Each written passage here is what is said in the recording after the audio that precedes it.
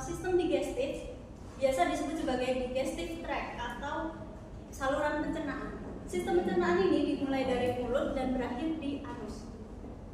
Struktur anatomi dari sistem pencernaan yaitu yang pertama ada mulut atau mouth, kemudian faring atau tenggorokan, kemudian esofagus atau kerongkongan, kemudian masuk pada lambung atau gaster, kemudian usus halus, usus besar, rektum, dan yang terakhir anus. Sistem pencernaan ini memiliki organ-organ penunjang, yaitu yang pertama adalah hati atau hepar, dan yang kedua kantung empedu yaitu gallbladder, dan yang ketiga pankreas, kelenjar pankreas. Sistem pencernaan ini berfungsi untuk mencerna makanan, menyerap nutrisi ke dalam darah, dan membuang sampah padat. Selanjutnya masuk pada anatomi dari sistem pencernaan yang pertama yaitu mulut atau koris. Di dalam mulut terdapat gigi, lidah, dan kelenjar saliva. Gigi sendiri berfungsi untuk memotong, merobek, dan mengunyah makanan sebelum masuk ke esofagus.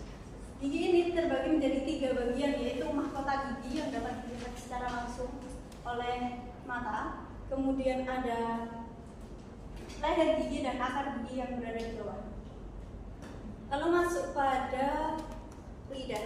Lidah ini berfungsi sebagai indera pengecap atau alat pengecap yang mampu memberikan rasa terhadap sesuatu yang masuk ke dalam mulut kita. Fungsi kedua dari lidah yaitu membantu mengaduk makanan dan menelan makanan. Lidah juga berfungsi untuk membantu dalam proses berbicara dan bersuara.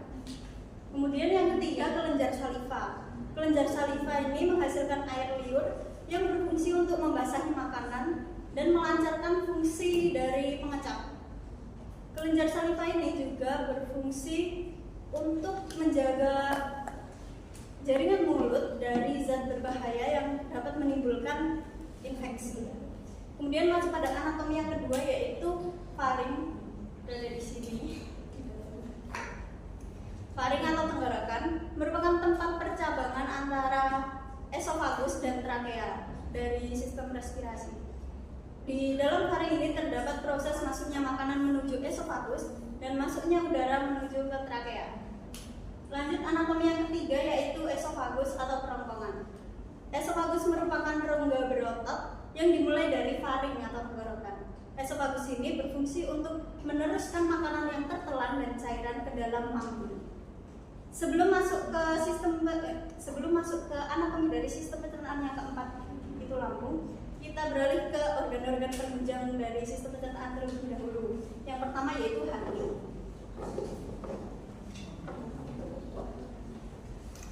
Hati merupakan kelenjar terbesar yang ada di tubuh manusia. Hati memiliki berat sekitar 1,5 kg.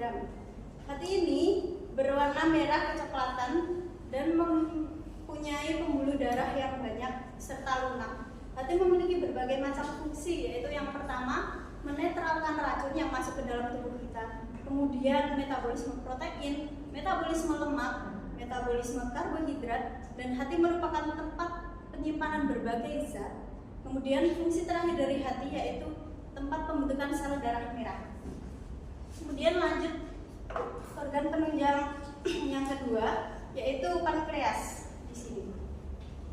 Pankreas ini menghasilkan enzim pencernaan untuk fungsi eksokrin dan menghasilkan hormon untuk fungsi endokrin. Pankreas dibagi menjadi 4 bagian, yaitu kepala pankreas, leher pankreas, badan pankreas, dan ekor pankreas. Kemudian organ penunjang yang ketiga yaitu kantung empedu atau gallbladder. Kantung empedu ini kantung empedu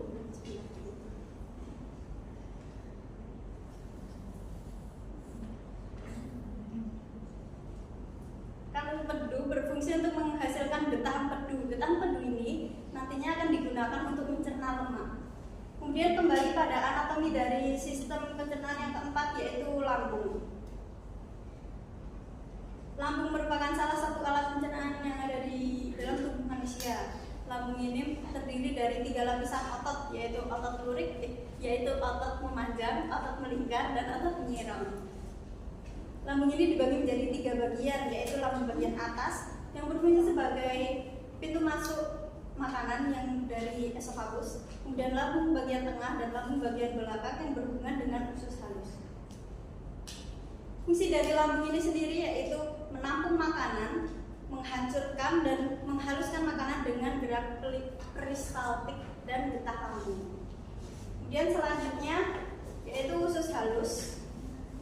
Dan di sini usus halus ini merupakan usus terpanjang dalam tubuh manusia. Usus halus ini dibagi menjadi 3 bagian, yaitu duodenum, jejunum, dan ileum. Duodenum atau usus 12 jari memiliki panjang sekitar 25 cm.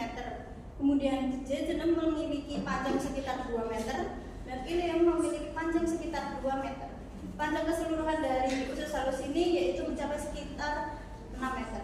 Usus halus ini memiliki fungsi yaitu untuk menyerap nutrisi dan sari-sari makanan yang masuk ke dalamnya. Usus halus ini menyerap protein dalam bentuk asam amino. Kemudian masuk pada usus besar. Usus besar mulai dari sini. Usus besar ini, usus besar atau kolon, merupakan lanjutan dari usus halus. Usus besar ini memiliki fungsi utama yaitu menyerap sari-sari makanan yang tidak dapat terserap oleh usus halus. Usus besar ini juga memiliki fungsi untuk menyerap cairan dan garam untuk mempertahankan keseimbangan